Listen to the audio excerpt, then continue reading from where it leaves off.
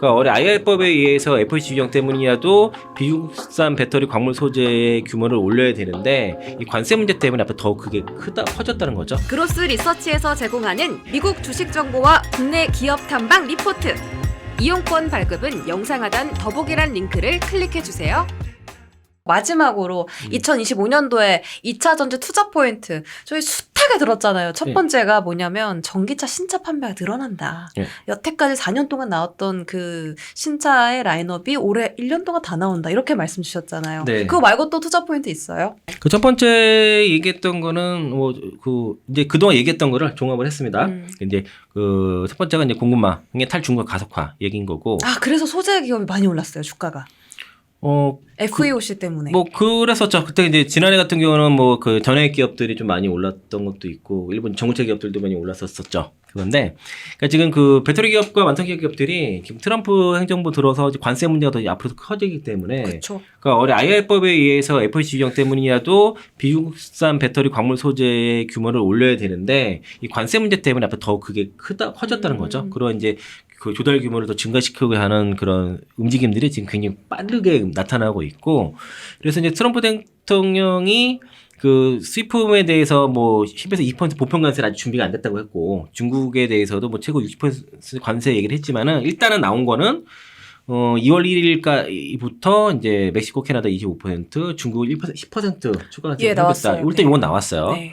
이거 지금 특히 멕시코 쪽으로 관세 부과되면은 우리나라 삼성, LG, 특히 기아, 또 미군 GM이 좀 문제가 될 수 있어요. 공장이 있어서. 예, 특히 GM이 좀 영향이 있을 수 있는 것에서 이건 좀 그럴 수 있고, 캐나다 같은 경우는 에코프로 BM이나 포스코피싱 이런 영향이 있겠죠. 거기 공장이 있으니까. 그래서 이제 그 배터리 광물에 대해서 직목적 관세 지금 논의 중이죠. 흑연 같은 경우는 902% 얘기가 지금 나오고 있는 상황이고, 그래서 이제 특히 이제 이런 멕시코 쪽이라든가 관세 부과한 거는 어쨌든 우회 수출 차단을 방지하기 위해서인 거고, 그 IRA법 같은 경우는 세액 공제상 불이익이지만은 이제는 관세 인상과 우회 수출 차단을 통한 조치가 더 강하다는 거죠. 그러니까 탈중국화를 좀 서둘러야 되는 것이고, 그래서 그 미국 국방부에서 그 중국군 지원기업 명단에 시애틀을 포함한 겁니다. 그리고 이거를 주도했던 게 지금 이 국무장관이 마르코 루비오 의원이거든요. 그 상원 의원이거든요. 지난해 8월 달에 그 마르코 루비오 상원 의원과 또 하원은 그 공화당 의원들이 국방부에다가 그 시애틀을 포함한 배터리 기업들 블랙리스트 지정하라고 압력을 넣었어요. 그걸 시행을 한 것이고, 근데 이제 시애틀 같은 경우는 앞으로 이제 26년 6월 30일부터는 미국 기업과 국방부랑 거래 못하고, 이로 인해서 앞으로 이제 미국 기업과 기관들과의 거래가 좀 거의 제한될 가능성이 높아지거든요. 근데 이게 마르코 루비오가 굉장히 중국을 굉장히 강력하게 이제 제재를 얘기하는 그런 그 국무장관 인분이기 때문에 이거 되돌리기 쉽지 않을 겁니다. 그리고 이제 파나소닉도 이런 흐름에 맞춰서 중국산 배터리 의존도를 완전히 배제하는 장기 목표를 제시해서 국내 기업들과 이제 포스코 퓨처과 양극재 유도들하고 동방은 SKC 이제 이런 식으로 해가지고 일단은 그 중국망을 좀 벗어나려고 하고 있고요. 네. 그래서 이제 전액 같은 경우도 엔캠도 들어가고 센트럴글라스 통해서 덕산테코페아를 좀 들어가게 돼서 앞으로 이제 이런 GM이라든가 테슬라 같은 경우도 시애틀과 이제 파트너십을 맺게 되는데, 이런 건 다 제한이 될 거예요. 그렇게 되면은 중국에서도 이런 기술 수출에서 제한이 들어갔다 보니까 여기서 이제 우리가 앞으로 이제 기회의 요소로 작용할 것으로 생각이 들고, 그리고 아까 이제 환경차 얘기를 잠깐 했었는데, 이번에 이제 IRA법 FEOC 규정에 맞춰서 전기차 세액 공제 받을 수 있는 차량 공개했는데, 지난해 40개에서 25개였단 말이에요. 근데 이번에 요거 아이오닉 5, 9, 그랑 제니스 EV가 제외됐어요. 요 세 개가 추가되었다가 제외됐어요. 제외됐어. 그래서 제외된 거, 네. 그래가지고 요거 세 개 빼고 한 개 더 추가돼가지고 23개예요 현재. 그래서 여기 FEOC 올해부터 이 FEOC 규정이 더 강화돼가지고 요게 핵심 광물 리튬, 니켈, 리튬이엄, 그리고 그런 것들, 그런 핵심 광물 양극재 들어가고요. 그래서 핵심 광물을 FEOC에서 생산한 게 들어가게 되면 보존 못 받는데 이게 애매하게 걸렸나 봐요. 하다 보니까 걸렸나 봐. 그래서 이제 이렇게 FEOC에서 추출, 가공, 재활용 등 핵심으로 조달된 차량도 다 제거돼요. 그래서 이제 올해 리비안 싹 다 제거됐고, 폭스바겐, 아우디 전부 다 제외됐어요. 닛산도 한 개 빼고 한 개 차종이 제외됐고, 그래서 이제 이런 이제 근데 또 중요한 건 뭐냐면은 아까 이제 이런 그 전기차 뭐 보조금이라든가 아니면은 그 환경 규제 이런 것들을 처리한다고 해도 그 제재를 그 완화를 해준다 하더라도 지금 폭스바겐이랑 벤츠 이번 사건 보셨죠? 최근에. 네. 네. 그러니까 이런 업체들이 이 전기차 기술이 다 공통적으로 다 전기차 기술이 모자라서 그래요. 그러다 보니까 이게 장기적으로 전기차 기술이 모자란 기업들이랑 후퇴가 된 기업들은 경쟁력이 지금 떨어지는 거예요. 특히 중국 업체들한테 밀리는 상황이 벌어지고 있는 거죠. 이 전기차 시대에 있어서는. 그러니까 이제 여기서 살아남기 위해서는 이제 그 극한의 원가 절감을 해야 되고 생산성도 잘 늘려서 수익성 있는 전기차를 대량으로 팔아야 돼요. 그래야지 살아남을 수 있다 앞으로는. 그러니까 이게 전기차 보조금을 주고 말고의 그런 문제가 아니에요. 그러니까 기업들이 생존해 하려는 것이고 적기장기차 이런 것들 개발을 잘 해서 많이 팔아야 된다. 근데 일부 이제 그 테스트 모델을 소량 팔 때는 일부 적자를 받아 상관없었지만은 대량으로 팔 때는 적자를 보게 되면은 회사가 망할 수 있기 때문에 네. 경쟁력 있는 차를 팔아야 돼요. 그리고 이제 대중국 관세도 이제 앞으로 좀 더 구체가 될 거기 때문에 이는 우리한테는 일단 반세 수혜에 대한 기대감이 크게 있다라고 네. 좀 볼 수 있겠고 그리고 일례로 보면은 중국의 그 EU에서 관세를 매겼잖아요. 상기 관세 때문에 실제로 중국의 그 11월 1달 수출 데이터가 급감을 했어요. 이거는 근데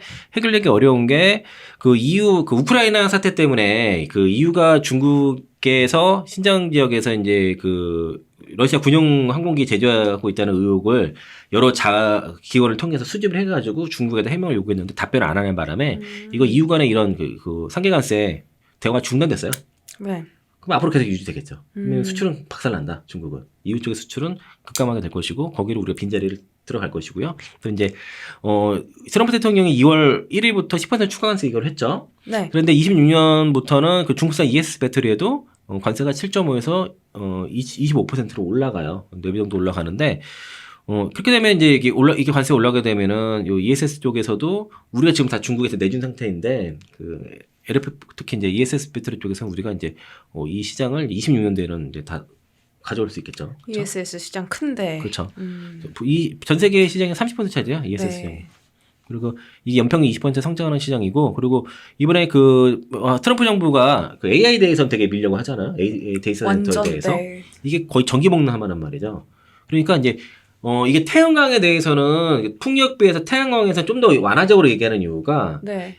이게 필요하거든요. 그러니까 태양광은 멋진 산업, 네. 풍력은 쓰레기 이렇게 그래서 표현했더라고요. 이 AI 데이터 센터와 이 태양광은 뗄 수가 없어요. 그래서 트럼프가 우호적으로 네. 발언했군요. 그래서 그 ESS 그리고 이 태양광과 ESS를 같이 늘어가는 거죠. AI, 태양광, ESS 이거 같이야. 그래서 하나솔루션 봐야 될 때가 왔어요. 하나솔루션도 턴어라운드 신호가 네. 왔습니다. 네. 하나솔루션 제가 그때도 한번 바닥에서 볼 수 있는 상황이 오면 말씀드리려 했는데 이게 그 올해 하반기부터는 태양광 모듈 재고가 떨어져가지고 맞아요. 쇼테지 가능성이 있기 때문에 맞아요. 하나솔루션 보자 의견 좀 드리겠고 그리고 이제 앞서 그 다음에 두 번째가 이제 그 연비 규제예요. 이제 그 미국 같은 경우에는 뭐 EPA 규제, 도로교통 안전 규제도 있지만은 가장 핵심적인 거는 캘리포니아 그 AC2 법안 이거라고 말씀을 드렸고 여기에 대해서는 미 연방대법원에서 그 권한을 인정해줬고 미 환경청에서 승인을 해줬어요. 쓸 수 있도록 앞으로. 그러면 이제 2030년도에는 무공해차가 68%까지 가야 되는데 2035년까지 가게 되면은 이제 완전히 그 전기차 그 내연기관차 판매 아예 금지가 되는 거고 특히 이제 26년도에는 35% 규정이 있다는 거죠. 요거 이제 그러니까 이런 것 때문에 이제 아까 설명했지만은 이 벌금 때문에 자연인이 많이 팔 수밖에 없다라는 것이고 그리고 이제 이 법안은 차기 행정부에서 처리하기 어렵다. 네. 그리고 유럽 같은 경우도 올해부터 이제 CO2 배출 기준이 강화됩니다. 이게 5년 중이거든요. 네. 20에서 24년도. 올해 강화돼요. 한 19% 정도 강화되는데, 이게 2030년까지, 2030년은 탄소제로로 가는 거거든요. 근데 이제 올해 대체로 완성차 기업들이 12% 정도를 감축이 필요한데, 업체에 따라서는 전기차 판매 2배로 올려야 되는 상황이고, 요 목표치를 채우지 못하면, 그 킬로미터당 요 벌금을 이제 95유로를 내야 돼요.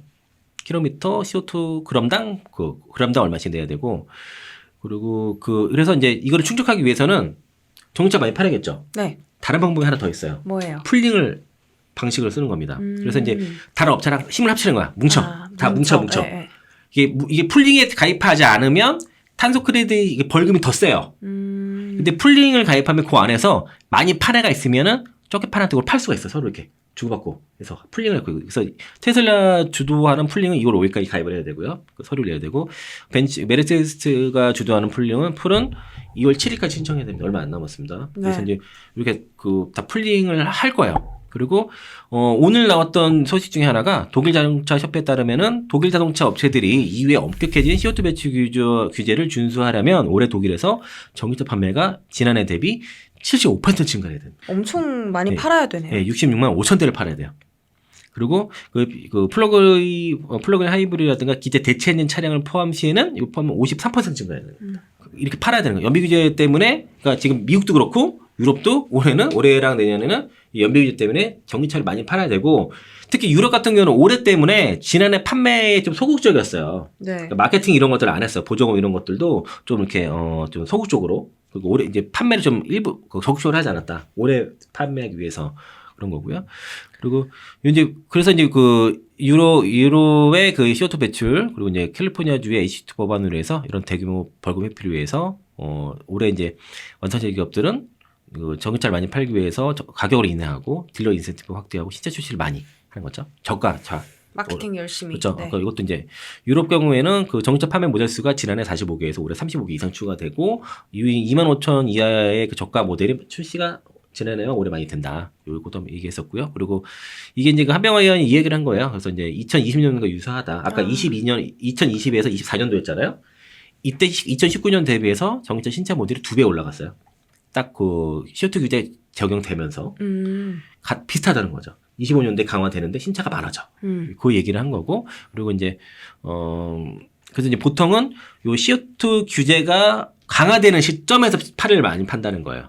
그걸 처음에는 좀 왜냐면은 내연기관 파는 당장은 더 되다 보니까 그걸 좀 소극적으로 하다가 이제 그 규제 때문에 벌금 피하기 위해. 예, 그래서 막판에 한다는 거죠. 그러니까 올해 집중되는 겁니다.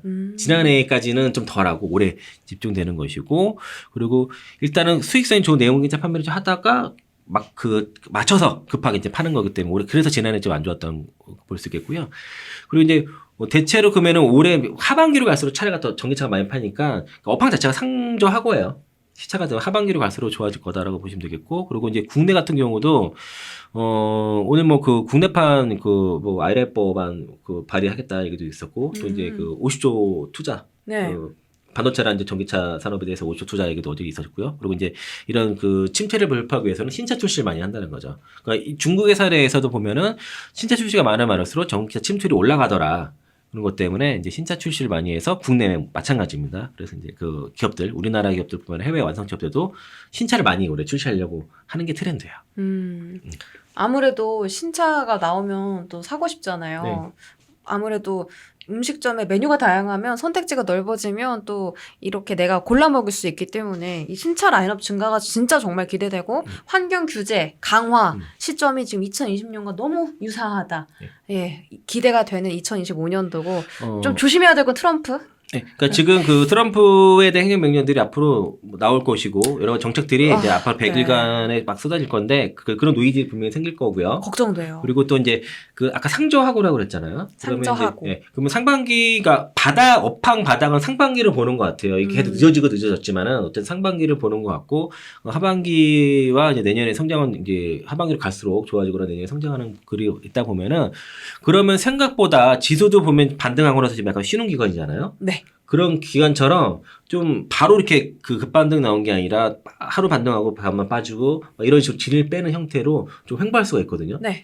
그러면 이제 이거를 이제 버티려고 하면은 내가 이제 장기적으로 한 27년까지 그렇게 뭐 갈 거다 생각하는 거는 상관없는데 그게 아니라 언제 올라가요? 막 하루하루 그런 일비가 하실 상황이라고 하면은 2차 전지를 버티기 위해서는 다른 쪽에서도 수익을 좀 올려가면서 버티는 전략이 필요한 거죠. 네. 그러니까 이제 당장에 올해 실적 턴어라운드 되거나 모멘텀이 있거나 주가 올라갈 만한 그런 어떤 그 가능성이 높다고 보는 쪽의 섹터 또는 종목을 일부 같이 섞어주면서 거기서 버팀목을 만들면서 버텨야지 아마 지금 장세에서 버텨나갈 것 같아요. 왜냐하면 많이 떨어진 상태에서도 지금 안 좋다고 얘기하는 분들도 아직도 있기 때문에 그러니까 이제 그 불안한 거죠. 좀 이게 하루만 빠지면 불안해 막. 그렇거든. 그러니까 이제 뭐 가망 없나요? 뭐 이런 식의 질문들도 있기 때문에 그걸 버티려고 한다 그러면은 그냥 이거 만약에 그 2차 전지만 갖고서 마냥 버티는 게 아니라 뭔가 다른 쪽도 같이 그러니까 내가 버틸 만한 종목과 그 비중을 딱 정해놓고 나머지 쪽에서는 수익을 추구할 수 있는 탈출구를 찾아야 된다. 네, 지난번에도 말씀 주셨듯이 네. 지금의 손실을 좀 만회할 수 있는 창구를 좀 마련해 두는 게 좋겠다라는 전략 섞어서 믹스해서 그래서 포트 나중에 그 수익 믹스해서 내서 다시 팔아서 다시 사도 되니까. 네. 조금만 더 기다리면 정말 2025년도엔 봄날이 오기를 바라면서 2차 전지 이야기 마무리하겠습니다. IM증권 영업부 이창원 이사님과 함께했습니다. 고맙습니다. 네, 고맙습니다.